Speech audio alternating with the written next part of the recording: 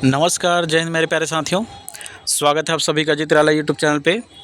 साथियों, आप सभी को एक महत्वपूर्ण अपडेट देना था और ये है कबीरधाम ज़िलों वालों के लिए स्पेशली, क्योंकि कबीरधाम ज़िले में जो है एक अभ्यर्थी ने जो है सीजी पुलिस में जो है आरटीआई लगाया हुआ था और इस आरटीआई में ये जानकारी उनको प्राप्त हुआ है कि कितना सीट वहाँ पे खाली है।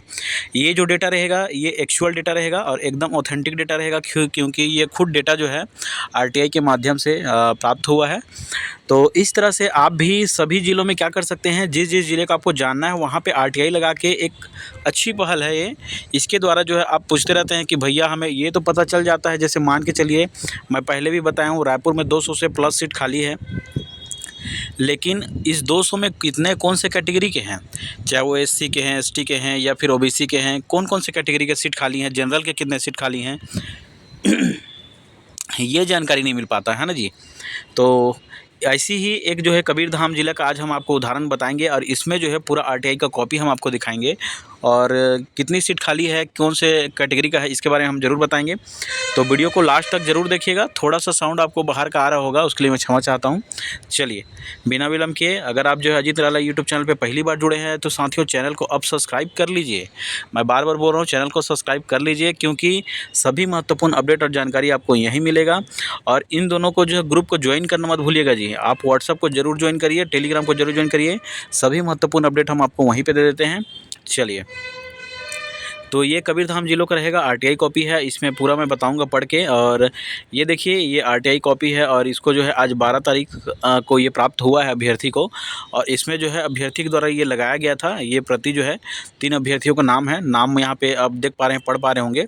चलिए, इसमें ये था कि आरटीआई जो है सूचना के अधिकार अधिनियम के तहत जो जानकारी इसमें मांगी गई थी और आपका आवेदन प्राप्त हुआ था इसमें 23/12/2025 को उनको आवेदन प्राप्त हुआ था। और ये जो है लगभग देखेंगे तो उसमें से 7 दिन और आज हो गया 12 दिन, मतलब 12-7-19 दिन, लगभग 19 से 20 दिन में इनको जो है अपना जवाब मिल गया है। और इसमें देखेंगे तो इसमें जो है शुल्क वगैरह लगा था, एक पेज का 2 रुपये समथिंग लेते हैं उसके प्रतिलिपि का, इस तरह से। और इसको जो है सूचना दिया गया है इस तरह से। अब चलिए ये लेटर पढ़ के सुनाता हूँ मैं। ये जो है जन सूचना अधिकारी, यहाँ पे जो देख पा रहे हैं प्रति जन सूचना अधिकारी जो पुलिस अधीक्षक कार्यालय जो है जिला कबीरधाम में ये लगाया गया था। और जिला पुलिस अधीक्षक कार्यालय जो है एसपी ऑफिस कबीरधाम के द्वारा ये जारी हुआ है लेटर। और ये सूचना के अधिकार अधिनियम के तहत लगाया गया था। ये जानकारी मैंने बता दिया कब लगाई गई थी और पत्र क्रमांक क्या था।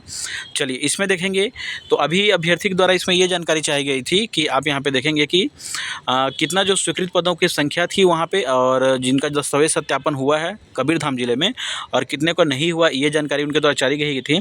तो देखिए पहला क्वेश्चन था आरक्षक भर्ती जो है 23-24 में जो है अंतर्गत कुल कितने स्वीकृत पद संख्या थी।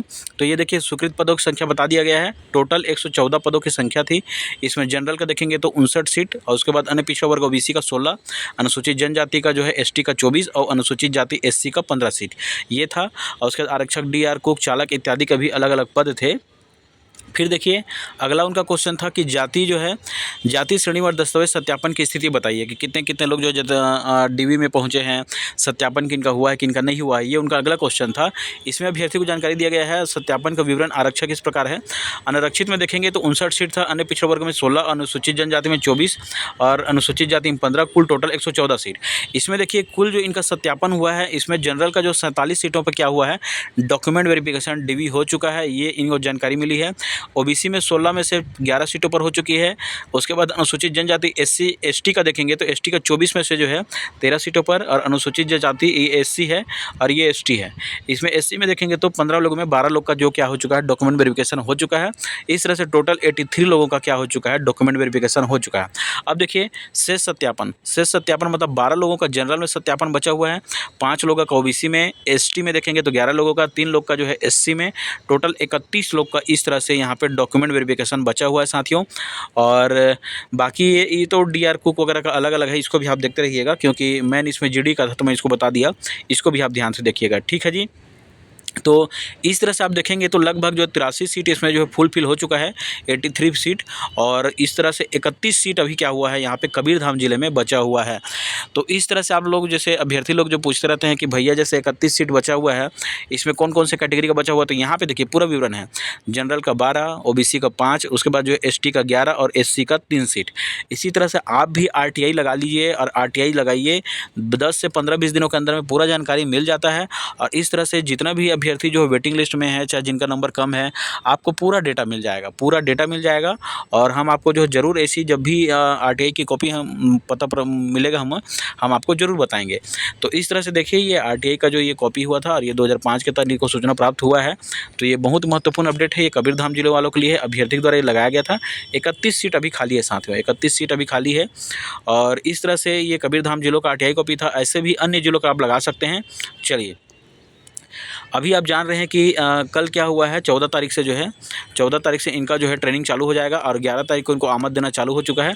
ऐसे ही क्या होगा कि सभी जिलों में जैसे ही अभ्यर्थी क्या करेंगे, डीवी के बाद मेडिकल के बाद जो है जब वो फाइनली जो ट्रेनिंग के लिए जाएंगे और ज्वाइनिंग करेंगे, तो सीटें की संख्या जो होगी लगातार जो खाली रहेंगी, उसके बाद क्या होगा कि आपका जो है 100% जो है वेटिंग लिस्ट वाले का नाम और जो है अन्य अभ्यर्थियों का नाम शामिल करते हुए सेकेंड लिस्ट आएगा साथियों, सेकेंड लिस्ट आएगा।